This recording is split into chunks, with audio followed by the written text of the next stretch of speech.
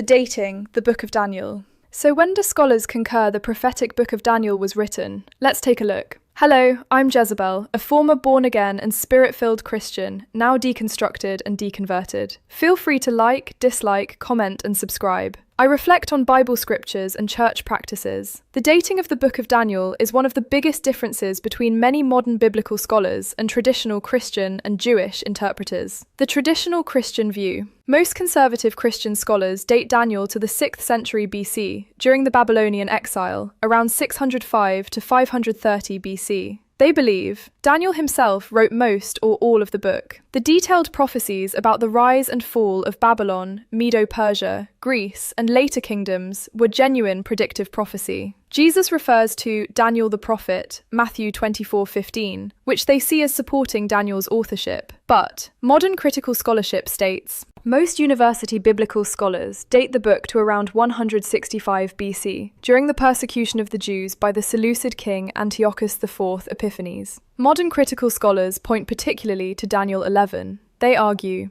the chapter accurately describes the succession of Persian kings, the rise of Alexander the Great, the division of his empire, and the long struggle between the Ptolemies and the Seleucids. It then describes the actions of Antiochus IV Epiphanes in striking detail, including his campaigns against Egypt, persecution of the Jews, and desecration of the temple in Jerusalem. However, beginning around Daniel 11 verse 40, they contend that the prophecy no longer matches what actually happened. For example, Daniel appears to predict another successful invasion by Antiochus, and that he would meet his end in the land of Israel. In reality, Antiochus died in Persia while campaigning in the east. This pattern, accurate up to about 164 BC, and then apparently inaccurate afterward, is one of the strongest reasons many scholars date the book to around 165 BC.